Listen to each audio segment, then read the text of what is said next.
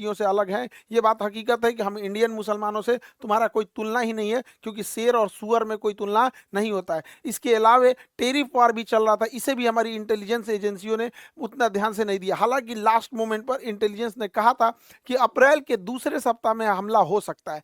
अप्रैल के जब दूसरे सप्ताह में हमला की इतनी सटीक जानकारी थी, फिर भी जब यहाँ पे पर्यटक थे, यहाँ पर इस बसरान घाटी में, यहाँ पर एक भी हॉस्पिटल नहीं था, ना ही एक कोई पुलिस का जवान था, ना ही कोई मिलिट्री थी यहाँ पर। इसके अलावे जब यहाँ पे दुर्घटना हुई, जब आतंकवादियों ने गोली मारा, तो उस समय लगभग आधे घंटे बाद नीचे से आर्मी आ रही है या फिर पुलिस आ रही है। आधा घंटा में तो कोई पर्यटक को तो गोली वगैरह चलाने आता नहीं है, और ये पूरी घाटी खाली थी, कहीं छुपने का भी जगह नहीं था, वहां आराम से गोली मार दिया गया। कुछ लोगों की तो मृत्यु केवल ब्लड लॉस की वजह से हो गई, क्योंकि एम्बुलेंस भी 1.5 घंटा बाद आई थी। तो वहां जब इतने बड़े पर्यटकों का स्थल था, इतने हजारों की संख्या में पर्यटक थे, तो सरकार क्या कर रही थी?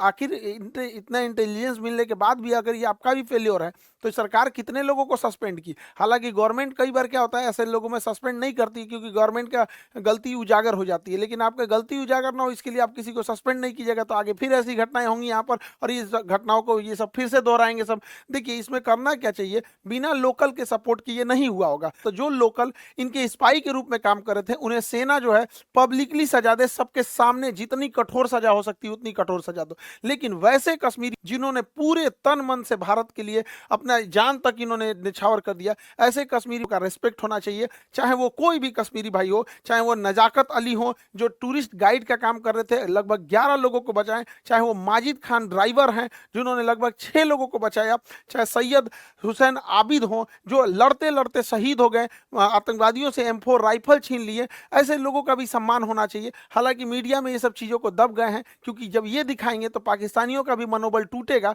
पहले ऐसे लगता था पाकिस्तानियों को ना कि कश्मीर के सारे लोग पाकिस्तान का साथ देंगे, अब ऐसा नहीं है। हम तो महाराष्ट्र सरकार का भी धन्यवाद देते हैं, एक नाथ शिंदे जी का, जिन्होंने ऐलान किया है कुछ पुरस्कार राशि देने के लिए ऐसे परिवार को, और इनका टूटा हुआ मकान भी बनाने की बात कहे हैं।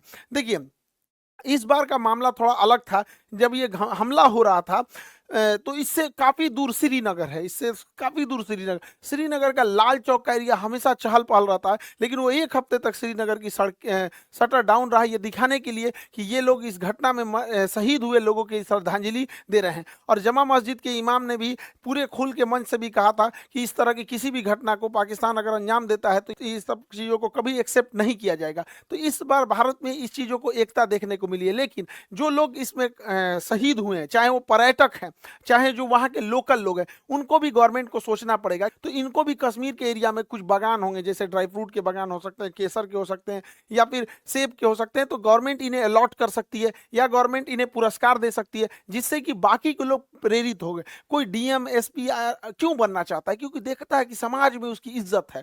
तो ऐसे लोग जो इस तरह से, जो पहाड़ पे चला नहीं जाता है, अपने पीठ पे लेकर बच्चे को लेकर भागे हैं लोग, ऐसे लोग को जब हम समाज में पुरस्कृत देंगे तो बाकी लोगों को भी प्रेरणा मिलेगी, लोग पत्थर चलाना छोड़ के ऐसे कामों में आएंगे। सरकार को इसमें भी ध्यान देना चाहिए। और जो ये बहन को सोचिए क्या बीत रहा होगा, ऐसे शहीद हो गए जो यहाँ पर, इन लोगों को कश्मीर में ये घूमने आए थे पर्यटक बनकर, लेकिन यहाँ पर इन लोगों को एक एरिया सरकार को अलॉट कर देना चाहिए कि ये उन्हीं लोग के लिए एरिया अलॉट रहेगा। जो लोग यहाँ पे शहीद हुए उनके परिवार के लिए ये एरिया अलॉट कर दिया जाएगा। और हर साल 22 अप्रैल को हर साल बड़ी संख्या में पर्यटक फिर उसी जगह पर जाएं, और उसी घाटी पे जहां पे आतंकवादियों ने गोली चलाया था, वहां हम लोग दोबारा खड़े होकर लाखों की संख्या में तिरंगा झंडा लेकर भारत माता की गान गाएं और अपना राष्ट्र गान गाएं, और ये दिखा सके आतंकवादियों को कि तुम्हारे गोलियों से हम डरने वाले नहीं हैं, हमारे हौसले अभी भी बुलंद है, तुम्हारे कायराना हरकत से हम नहीं है, औकात है तो हमारी इंडियन आर्मी से लड़ लो यहाँ पर।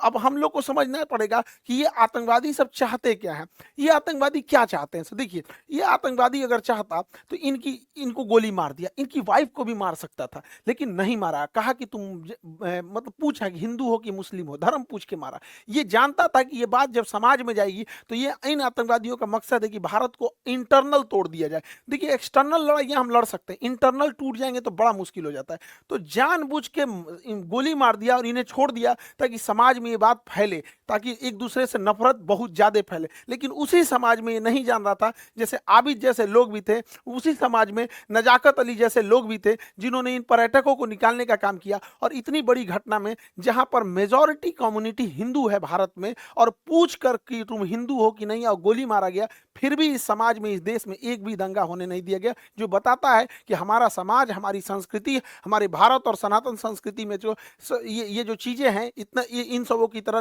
नफरती ये जो आतंकवादी बन रहे हैं सब, इन सबको तो वर्दी पहनने का भी अधिकार नहीं है। इन लोगों को बताइए, धर्म जाति पूछ के कौन हत्या करता है किसी का? तो ये यही चाहता है कि हम लोग इंटरनल डिस्प्यूट में फंस जाए।